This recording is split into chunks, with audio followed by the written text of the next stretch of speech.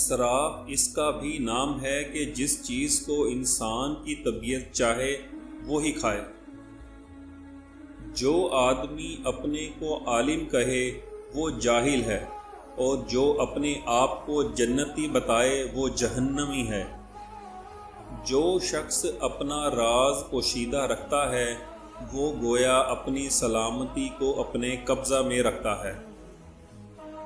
توبۃ النصوح اس کا نام ہے کہ برے فعل سے اس طرح توبہ کی جائے کہ پھر اس کو کبھی نہ کرے۔ قوت فی العمل یہ ہے کہ آج کے کام کل پر نہ اٹھا رکھے جائیں۔ شبہ کے ساتھ کمانا مانگنے سے بہتر ہے۔ کسی مسلمان کے لیے یہ زیبا نہیں دیتا کہ تلاش رزق میں بیٹھ جائے اور دعا کرے، اے خدا مجھ کو رزق دے، کیونکہ تم کو معلوم ہے کہ آسمان سے چاندی اور سونا نہیں برستا۔ قبل اس کے کہ بزرگ بنو علم حاصل کرو۔ اگر غیب دانی کے دعویٰ کا خیال نہیں ہوتا تو میں کہتا کہ 5 اشخاص جنتی ہیں۔ نمبر 1، وہ محتاج جو عیالدار مگر صابر ہو۔ نمبر 2، وہ عورت جس کا خامد اس سے راضی اور خوش ہو۔ نمبر 3، وہ عورت جس نے اپنے شوہر کا حق مہر معاف کر دیا ہو۔ نمبر 4، وہ جس کے والدین اس سے خوش ہوں۔ نمبر 5، وہ جو اپنے گناہوں سے سچی توبہ کرے۔ ایک دفعہ کا ذکر ہے کہ ایک بکری ذبح کی گئی۔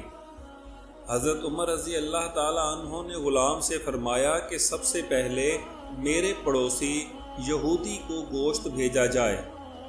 آپ نے بار بار یہی تاکید فرمائی۔ غلام نے عرض کیا کہ آپ بار بار کیوں تاکید فرماتے ہیں؟ فرمایا کہ اللہ تعالیٰ اور اس کے رسول صلی اللہ علیہ وآلہ وسلم نے بار بار ہمسایہ کے متعلق تاکید فرمائی ہے، اس لیے میں بھی بار بار کہتا ہوں۔ حضرت عمر رضی اللہ تعالی عنہ نے فرمایا 3 چیزیں محبت بڑھانے کا ذریعہ ہیں۔ نمبر 1، سلام کرنا۔ نمبر 2، دوسروں کے لیے مجلس میں جگہ خالی کرنا۔ نمبر 3، مخاطب کو بہترین نام سے پکارنا۔